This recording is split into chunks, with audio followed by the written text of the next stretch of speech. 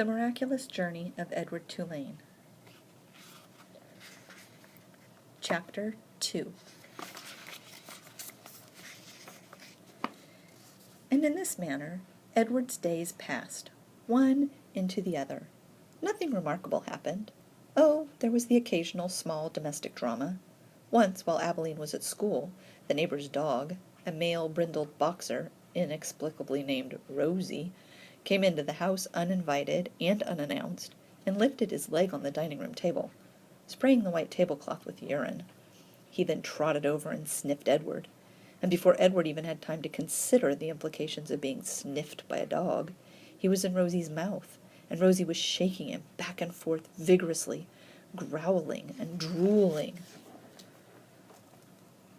Fortunately, Abilene's mother walked past the dining room and witnessed Edward's suffering.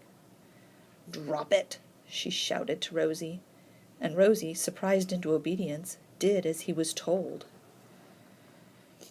Edward's silk suit was stained with drool, and his head ached for several days afterward, but it was his ego that had suffered the most damage.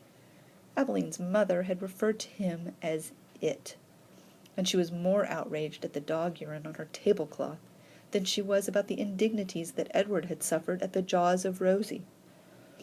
And then there was the time that a maid, new to the Tulane household, and eager to impress her employers with her diligence, came upon Edward sitting on his chair in the dining room. "What's this bunny doing here?" she said out loud. Edward did not care at all for the word bunny. He found it derogatory in the extreme. The maid bent over him and looked into his eyes. "Humph," she said. She stood back up. She put her hands on her hips. "I reckon you're just like every other thing in this house, something needing to be cleaned and dusted."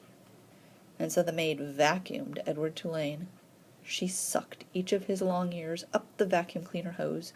She pawed at his clothes and beat his tail. She dusted his face with brutality and efficiency. And in her zeal to clean him, she vacuumed Edward's gold pocket watch right off of his lap. The watch went into the maw of the vacuum cleaner with a distressing clank that the maid did not even seem to hear. When she was done, she put the dining-room chair back at the table, and uncertain about exactly where Edward belonged, she finally decided to shove him in among the dolls on a shelf in Abilene's bedroom. "That's right," said the maid. "There you go." She left Edward on the shelf at a most awkward and inhumane angle. His nose was actually touching his knees, and he waited there, with the dolls twittering and giggling at him like a flock of demented and unfriendly birds, until Abilene came home from school and found him missing, and ran from room to room, calling his name. "Edward!" she shouted. "Edward!" There was no way, of course, for him to let her know where he was. No way for him to answer her. He could only sit and wait. When Abilene found him, she held him close, so close that Edward could feel her heart beating, leaping almost out of her chest in its agitation. "Edward," she said. "Oh, Edward, I love you. I never want you to be away from me." The rabbit, too, was experiencing a great emotion. But it was not love.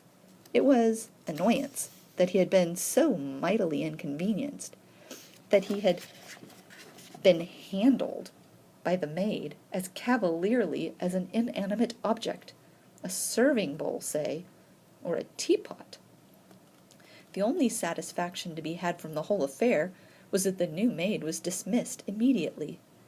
Edward's pocket watch was located later, deep within the bowels of the vacuum cleaner, dented, but still in working condition. It was returned to him by Abilene's father, who presented it with a mocking bow. "Sir Edward," he said, "your timepiece, I believe?"